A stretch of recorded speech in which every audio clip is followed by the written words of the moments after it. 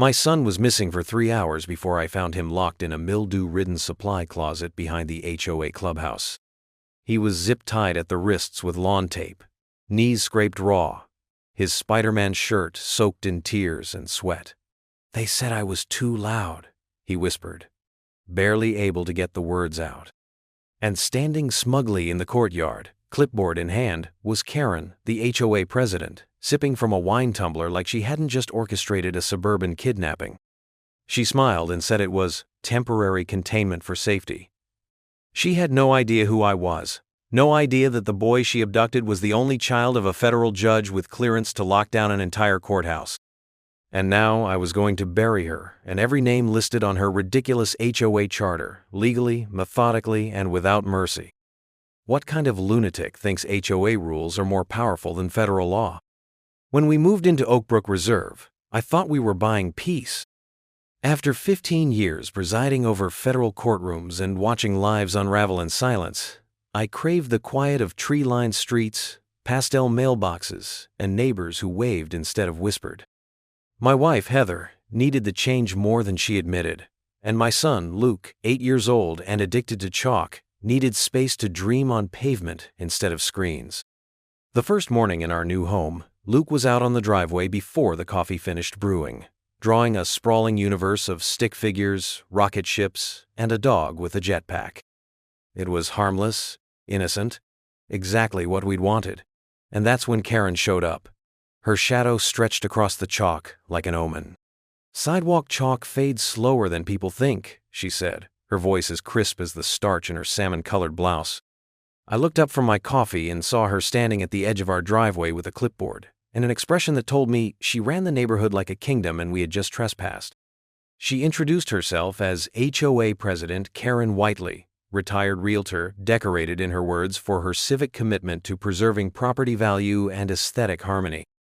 That was the first time she used that phrase, aesthetic harmony. It would not be the last. I smiled, nodded, made no mention of my title, and told her Luke would rinse it off by evening. She walked off without a word, but not before writing something on the clipboard.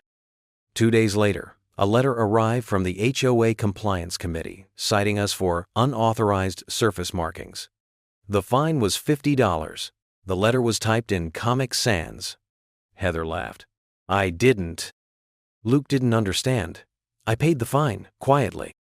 3 days after that, Luke left his rain boots by the porch and was cited for clutter inconsistent with a colonial revival motif of Oak Brook Reserve. Another $50. Then it was our mailbox. Too glossy. Then the color of our shutters. Too distracting. I repainted them twice. Then Luke's inflatable kiddie pool, which he used once.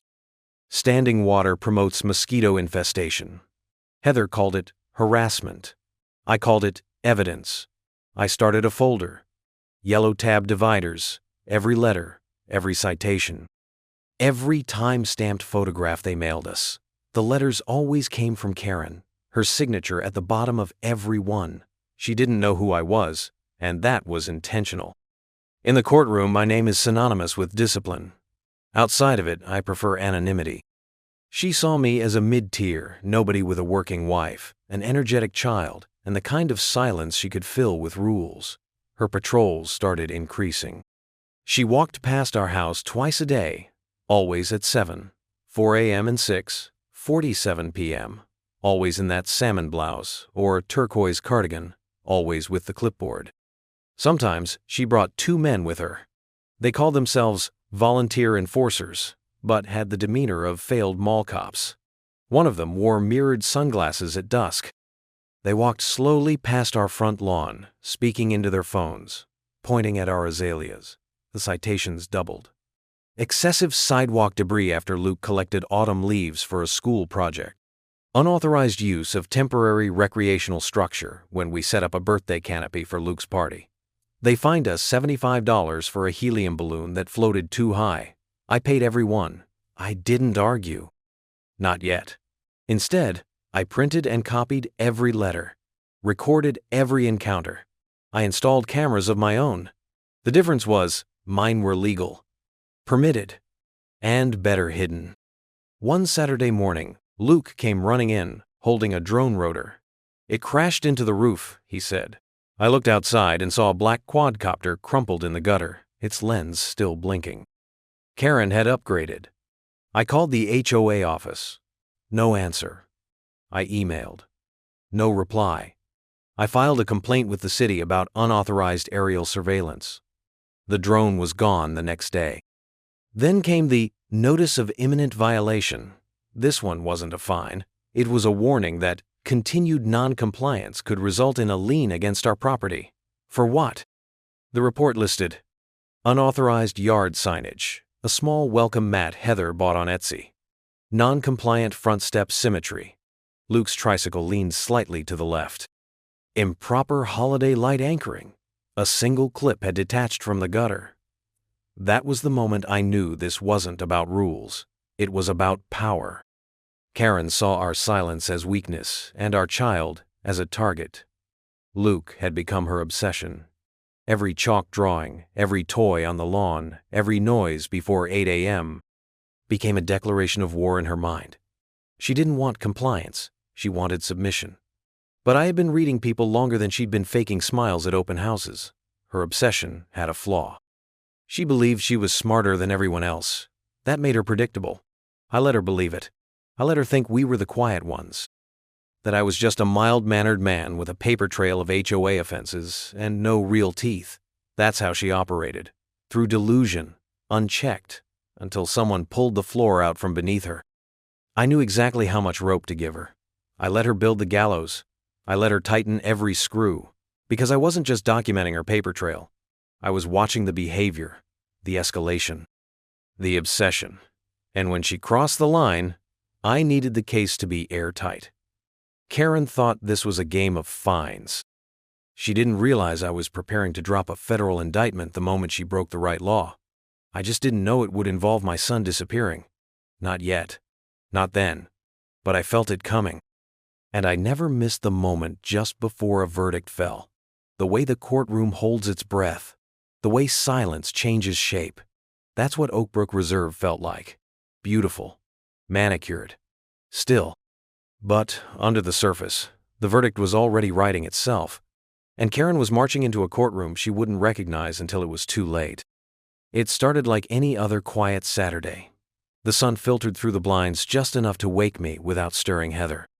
Luke was already outside, as he always was, barefoot on the warm concrete, crouched low with his bucket of chalk and his hyperactive imagination.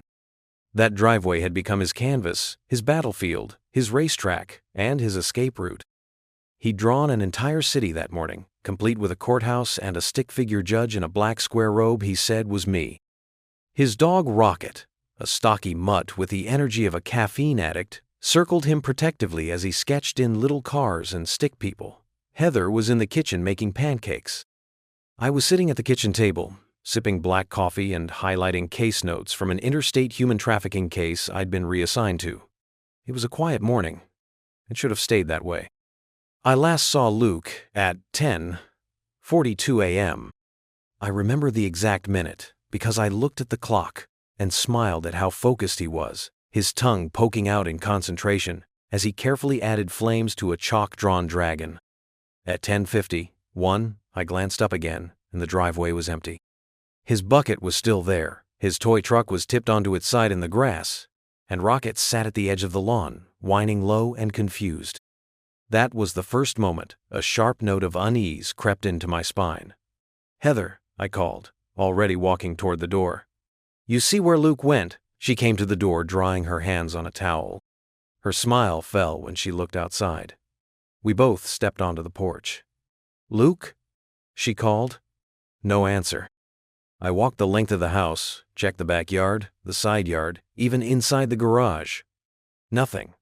Rocket barked once and took off toward the road. I followed. No sign of him. Not in the cul-de-sac. Not at the end of the block. My breath started to shift. You know that moment when the air changes and your body knows something's wrong before your mind admits it? That's where I was.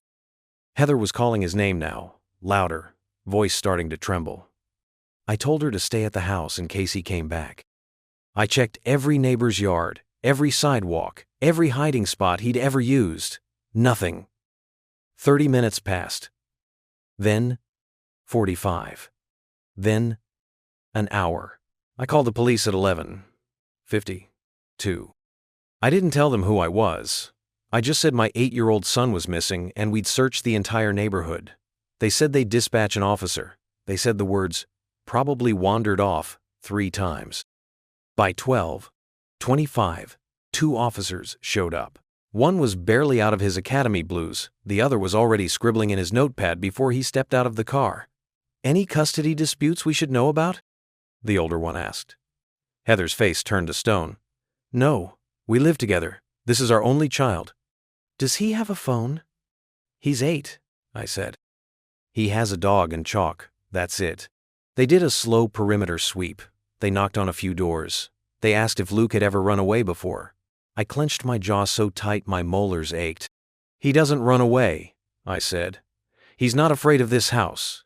But someone should be afraid of what happens next if you keep treating this like a missing pet call." The young cop shifted. The older one rolled his eyes. Then Karen appeared. Clipboard, wide hat, gold brooch in the shape of a maple leaf. She walked straight up to the police, not even glancing at me or Heather. "I may be able to help," she said sweetly. "There was a disturbance earlier near the West Garden path. A child was reportedly seen drawing inappropriate images on the HOA sidewalk. Some residents were very alarmed." My blood went cold. "What images?" I asked, stepping between her and the officers. "You'd have to ask the security team," she said, her tone clipped, polite, poisonous. "I only get incident summaries." "And what does your security team do with disturbing children?" She smiled. "We contain and redirect when necessary. There are rules, after all." She turned to the officers. "I can check the clubhouse logs, if that helps." She walked off before they could answer. I followed, Heather right behind me. Karen typed a code into the side door of the HOA clubhouse, a beige building designed to look like a country club but operated like a fiefdom. "We don't usually allow unsupervised entry," she said without turning around. "Then don't supervise," I replied. The moment the door opened, I heard it. A low thump, a scuffle, a cough. "Luke!" I shouted. I didn't wait for her permission. I walked through the building like I owned it, because I did, in every way that mattered. I found him in a storage closet near the back, crammed between a mop bucket and a stack of plastic folding chairs. His hands were zip-tied behind his back, his knees were scraped. His face was pale and tear-streaked. The closet reeked of bleach and old paint. "Dad?" he whispered. Heather pushed past me and fell to her knees, grabbing him and cradling his head. I cut the zip tie with my pocket knife. "Who did this to you?" I asked. He shook his head. "I don't know. They said I wasn't allowed to leave. They locked the door and said it was procedure." I stood up. Karen stood at the doorway with her clipboard held like a shield. "That closet should not have been accessible," she said, tone flat. "This was clearly a misunderstanding. We occasionally relocate minors for their safety when they present a risk to communal calm." "You kidnapped my son," I said quietly. "He was drawing sidewalk chalk. You locked him in a closet for 3 hours. Now, let's not be dramatic. No harm was done." I stepped forward. "Say that again," I said. "To my face." Karen's eyes flicked to the police, who were now wide-eyed and silent behind me. "We'll certainly document the incident and investigate the lapse in procedure, but I'm not sure what you expect to happen here." I stared at her, measured her, watched her arrogance curdle into the beginnings of unease.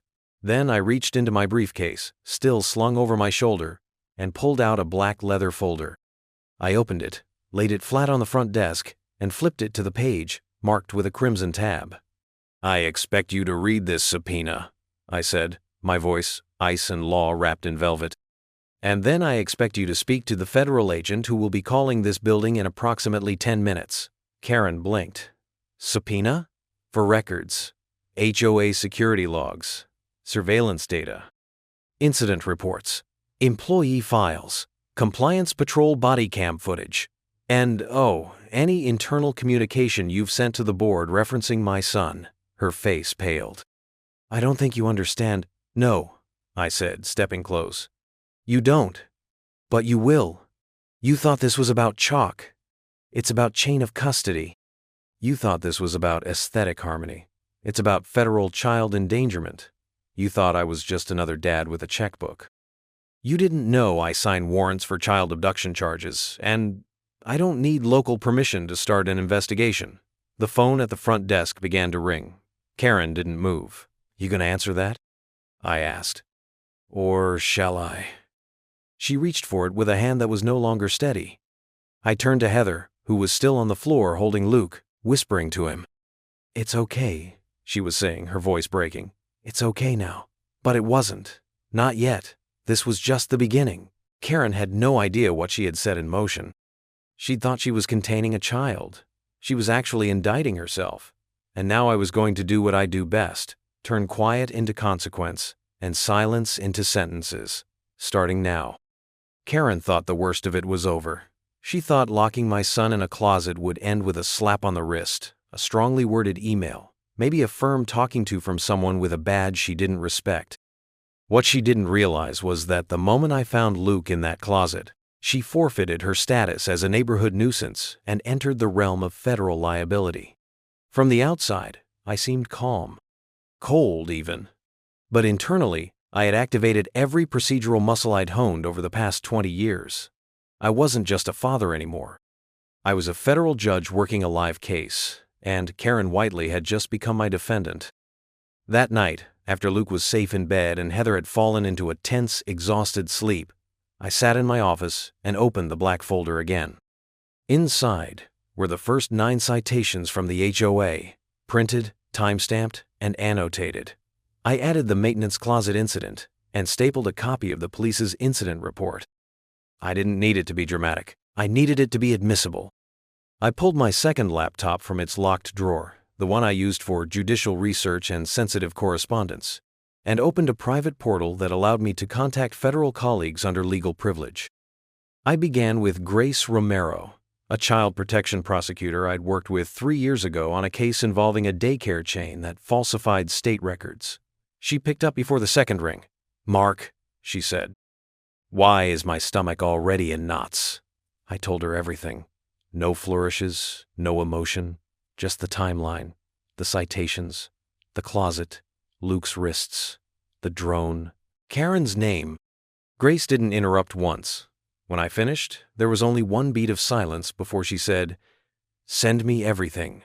I'll have a full preliminary review by morning, at 2:37 a.m. I received a secure email from Grace confirming that multiple statutes had been violated, including 2 federal protections regarding the unlawful detainment of minors on private property. I encrypted the documents, zipped them, and prepared the complaint. Next came enforcement. I contacted Marshal Henry Klein, a seasoned U.S. Marshal with a quiet disposition and a steel resolve. We'd crossed paths during a federal racketeering case against a corrupt police union. If there was anyone who could turn a quiet neighborhood into a federal theater without anyone knowing they were being watched, it was Henry. He didn't ask for proof. He knew I wouldn't have called unless I had it. By dawn, we had a sealed emergency injunction filed under U.S. District Code 217.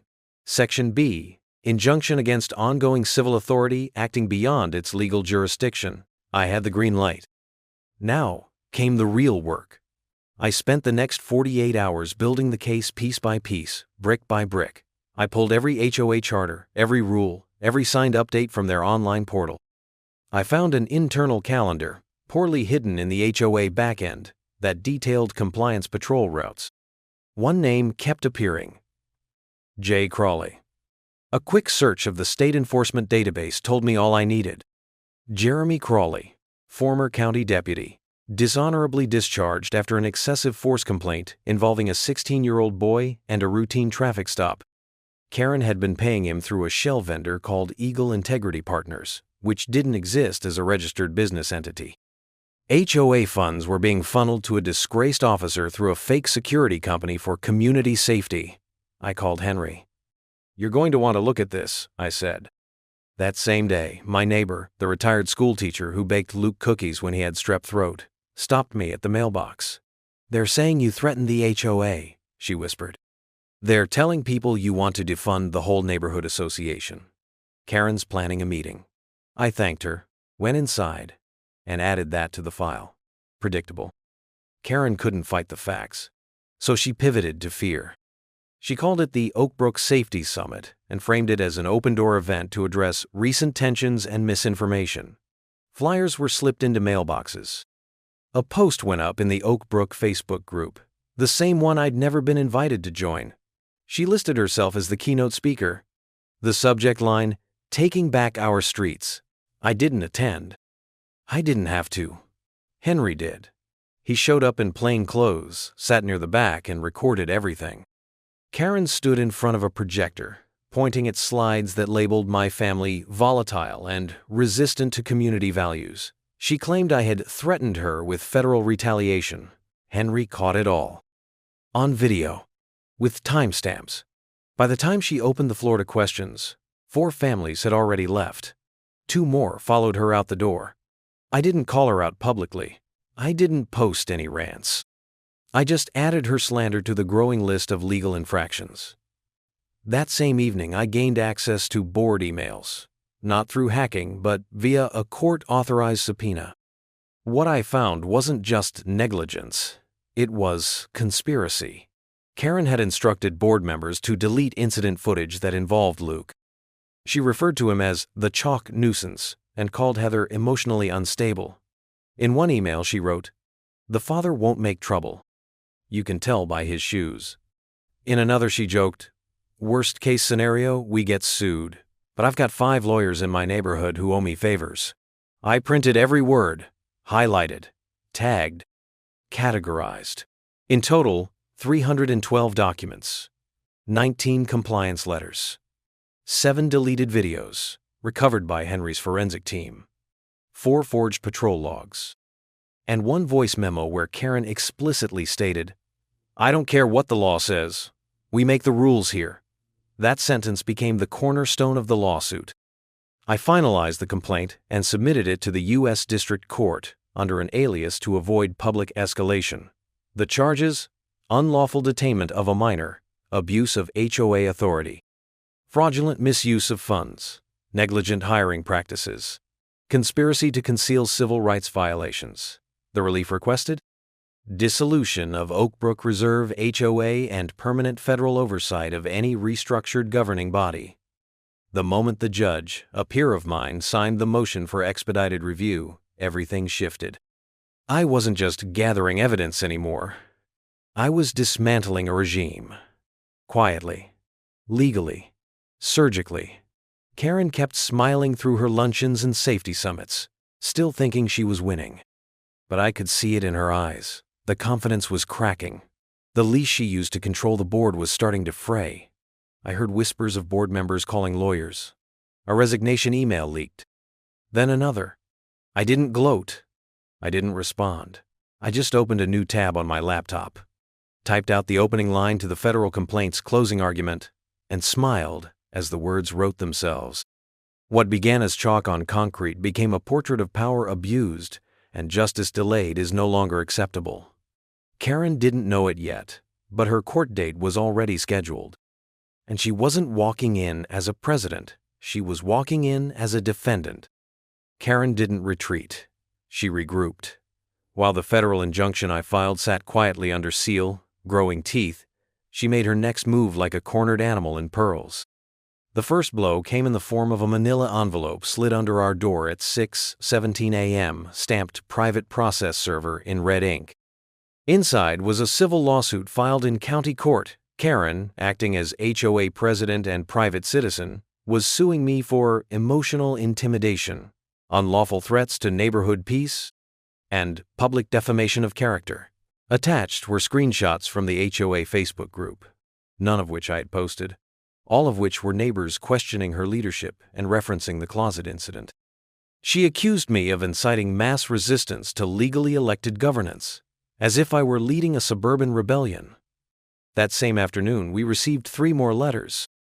One was a cease and desist accusing me of ongoing harassment against HOA volunteers, namely the so-called security team, including the disgraced ex-deputy Jeremy Crawley, who I already had evidence of being paid illegally through HOA funds. Another letter demanded I remove my home security cameras due to privacy concerns raised by the HOA board. The third warned me not to contact or communicate with any member of the HOA without board consent. I put them all in the file. I didn't flinch. The next week, the physical escalation began. Overnight, the HOA erected fencing along parts of the neighborhood that Karen dubbed non-compliant activity zones. It was absurd. She literally fenced off parts of the walking trail behind our cul-de-sac, cordoned off the communal playground with yellow plastic mesh, and posted laminated signs that read, "This area is temporarily closed for behavioral review." I saw a 7-year-old cry when his mom told him he couldn't use the swings. She started issuing passes, actual printed lanyard-style community access passes, which residents had to apply for in person at the HOA clubhouse. The clubhouse where, according to her next legal move, I was now banned. The restraining order came on a Thursday, temporary at first, then refiled under emergency motion. Karen claimed I had entered the HOA premises aggressively, caused distress to volunteer staff, and made veiled threats of judicial retaliation. Her affidavit included phrases like unhinged behavior and volatile presence, written with a kind of melodrama that read more like a theater script than a legal complaint. The irony was rich. She had locked my child in a closet, and now she wanted legal protection from me. I didn't fight the restraining order. I didn't have to. The courthouse that received it had already been served, 2 days earlier, with the sealed federal suit naming Karen Whiteley, her husband Randall Whiteley, treasurer of the HOA, Jeremy Crawley, and the rest of the sitting HOA board as defendants in a case of conspiracy to commit unlawful detainment, fraud, and endangerment of a minor. She didn't know that yet. She was too busy hosting another town hall meeting, which she grandly rebranded as the Reaffirmation of Order Ceremony.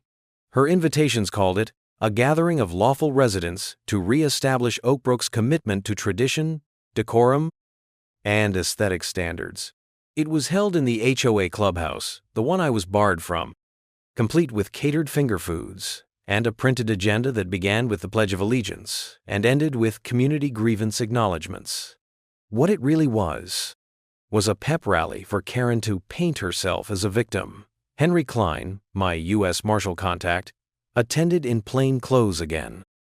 He told me she played a slideshow that included blurred images of my son's chalk drawings as examples of unregulated behavior. One slide listed the threats to order as non-cooperative households, legal aggression, hostile surveillance, and federal entrapment schemes. Henry said a few people clapped. Most just looked tired. I watched from a distance, sitting on my porch as Heather braided Luke's hair to keep him calm. He was drawing again, in washable markers this time, on a poster board. She wouldn't let him use chalk anymore. Not yet. That same week, Karen sent a proposal to amend the HOA charter. I obtained a copy through a neighbor who had finally realized things had gone too far.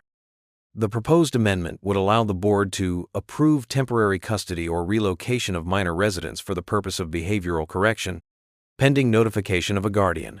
She was trying to legalize what she had done to Luke. That proposal was the final crack I needed. It proved premeditation, not just overreach. Karen had doubled down so hard. She buried herself in intent. Meanwhile, Grace Romero, the child protection prosecutor, had secured a judge for our case, and we were preparing motions to unseal the injunction and begin proceedings. We weren't just going after Karen anymore. We were going after the system she built, the fake vendor funneling funds, the fabricated compliance records, the deleted camera footage, the forged signatures on 3 separate meeting minutes that never occurred. Each day, a new piece fell into place. One of the board members flipped, quietly, anonymously. We obtained internal chats between Karen and Jeremy discussing taking action against my son before the incident. "Kids like him push boundaries," she'd written. "We need to show parents we're serious." That chat was dated 3 days before Luke was locked in the closet. Another board member turned over financial records showing that Karen had reimbursed herself for community wellness improvements, including a 2-300 espresso machine installed in the HOA office. All of it, every lie, every misuse of power, folded neatly into the growing body of evidence. Still, Karen strutted through the neighborhood like a dictator mid-parade, waving at families who no longer waved back. A few had stopped mowing their lawns altogether. Some took down their flagpoles. Their HOA required lanterns. Their potted plants placed exactly 2 feet from the garage, all acts of quiet protest. But Karen refused to see it. She believed her own story. That I was the villain. That she was the shield between order and collapse. That Luke, an 8-year-old with a pink chalk dragon and a crooked smile, was a threat to her empire. She filed one more motion in county court, this time to censure me publicly at the HOA level. She scheduled a vote, set up a ballot box in the clubhouse, and posted flyers in every mailbox. "Do we want this man in our neighborhood?" it read in bold font. But when the day of the vote came, the box was empty. No one showed up. The clubhouse stayed dark. That silence was louder than any rebellion. Karen didn't realize it yet, but the tide had already turned. Her fences couldn't hide the rot. Her restraining order couldn't stop the federal process. Her lawsuits were noise against the surgical strike I was about to unleash. She had turned this into a battle for control. But I was never after control. I was after something much bigger. Something permanent. Karen had tried to legislate cruelty and call it order. Now the law, real law, was coming for her. And it wasn't just bringing justice, it was bringing consequences. The courtroom was colder than it needed to be, like justice had a temperature. Federal Courtroom 4C, mahogany paneling, recessed lighting, 6 rows of gallery benches already filled with reporters, neighbors, and a few stunned former HOA members who hadn't yet realized they were about to witness the death of their beloved regime.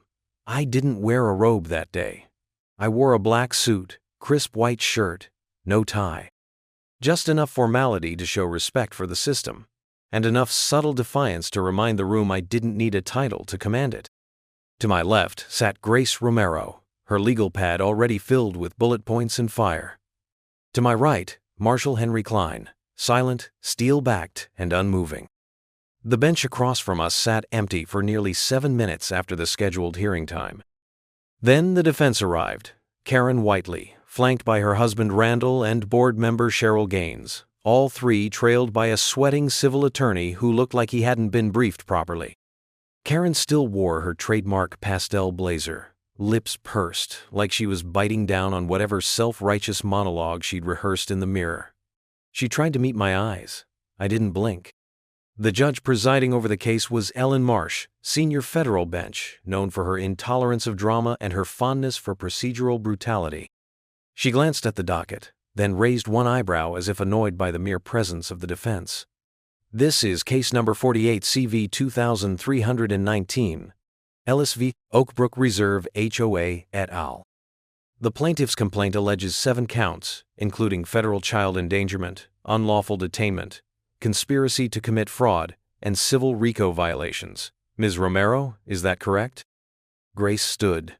"Yes, Your Honor. And we are prepared to present evidence for all 7 counts, supported by recorded statements, subpoenaed communications, financial records, and witness affidavits." Judge Marsh nodded once. "Defense?" Karen's attorney stammered something about needing time to review the evidence. Judge Marsh didn't give him the courtesy of a full sentence before interrupting. "You've had 5 weeks. You may begin when counsel is ready." The bailiff began rolling in the first cart of exhibits. A second one followed, then a third. Each one labeled, indexed, and stacked with the kind of documentation you only see in cartel cases and corporate takedowns. We opened with the photos. High-resolution stills of the maintenance closet, where Luke had been locked up. The broom with dried paint leaning across the wall. The green gardening twine still curled on the floor like a snake. The time-stamped image of him exiting with zip-tie impressions on his wrists. Then came the emails. Karen's instructions to board members to delete footage. Her admission that no one will hold us accountable, we make the rules. Her line about Luke pushing boundaries. Her joke about HOA lawyers owing her favors. Grace read them aloud in a voice so sharp it could strip paint off a courthouse. One juror, a mother in her 40s, gasped audibly when the chat log between Karen and Jeremy Crawley was displayed on screen. "Containment will teach the kid to respect authority," he'd written. Do it quick and clean. Blame the noise if parents ask. Karen replied with a thumbs-up emoji. The courtroom froze. The only sound was the faint mechanical whir of the projector advancing to the next slide. Then came the money trail. HOA funds funneled into Eagle Integrity Partners, an unregistered business with a P.O. place box, and no employees except Jeremy Crawley, whose disciplinary record included 3 excessive force complaints, one of which was still under appeal: the fake invoices, the forged signatures. The HOA charter changes voted on without quorum. Grace moved through it all like a surgeon, precise, brutal, calm. At one point, Karen whispered something to her husband. He reached for her hand. She pulled it away. Then came the witnesses. 2 parents. One teenage girl who had seen Luke being escorted by Crawley toward the clubhouse. One board member who had anonymously provided emails but now chose to testify openly. His voice cracked when he described Karen's reaction after Luke was locked up. She laughed, said the father would back down once he realized the neighborhood was bigger than him. I stood when called. I stated my name, my occupation, and swore in, without emotion. When asked what I felt when I found my son in a supply closet with his wrists bound and his mouth trembling, I didn't give them the angry father speech Karen probably expected. I gave them the facts. That I've sentenced human traffickers to prison for lesser acts. That the law is not flexible when it comes to detaining minors without due process. That the title of HOA president does not supersede the U.S. Constitution. And that the idea that a child's sidewalk chalk drawing could be criminalized by a neighborhood board was not just absurd, it was an American tragedy. Karen didn't look at me once during my testimony. She just stared forward, face pale, jaw tight. The only time she blinked was when Grace pulled out the final document. A letter Karen had sent to the HOA's insurance provider 2 days after the incident, asking if they had coverage for potential lawsuits involving minors being temporarily secured without explicit parental consent. She knew what she did. She had known before the police arrived. Judge Marsh didn't call a recess. She didn't need to. After 2 hours and 41 minutes of evidence, she made her ruling from the bench. The court finds the defendants liable on all counts. The actions taken by the Oak Brook Reserve Homeowners Association, under the leadership of Ms. Salz Whiteley and her board, represent a gross abuse of authority, a failure to protect the welfare of a minor, and a deliberate attempt to circumvent both legal and ethical standards.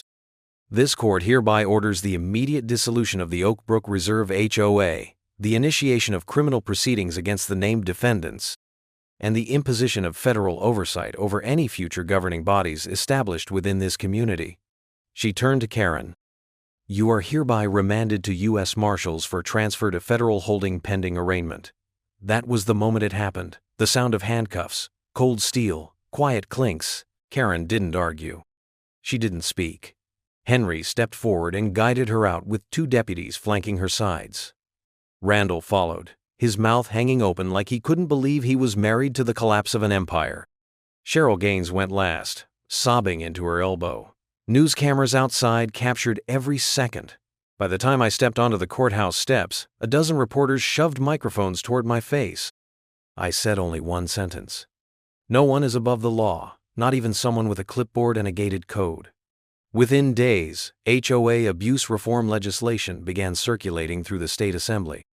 Grace testified before a subcommittee. I was interviewed by 60 Minutes. Luke's story made it into The Atlantic. Civil lawsuits flooded in from other Oak Brook families, each with their own Karen horror story. The neighborhood changed overnight. The fences came down. The playground reopened. The clubhouse was shut permanently and slated to become a community garden funded by a class action settlement. And Luke? He drew again, this time on the sidewalk. Not our driveway, bright pinks, yellows, and blues. A spaceship carrying a family of stick figures into a sky filled with stars. Behind him, Heather sat on the porch, laughing for the first time in weeks. And I stood beside a new wooden post planted at the entrance of the neighborhood, where a new sign had replaced the old one. The snapped remains of the HOA plaque hung beside it like a relic of a war no one wanted to remember. Above it waved the American flag. Real authority. Real order. No fines, no threats. Just freedom. The kind you don't fully appreciate until someone tries to take your child from you and calls it regulation. Oakbrook was ours again, not because we fought louder, but because we fought smarter. Because justice doesn't wear a name tag or carry a clipboard. It carries evidence, and it never forgets.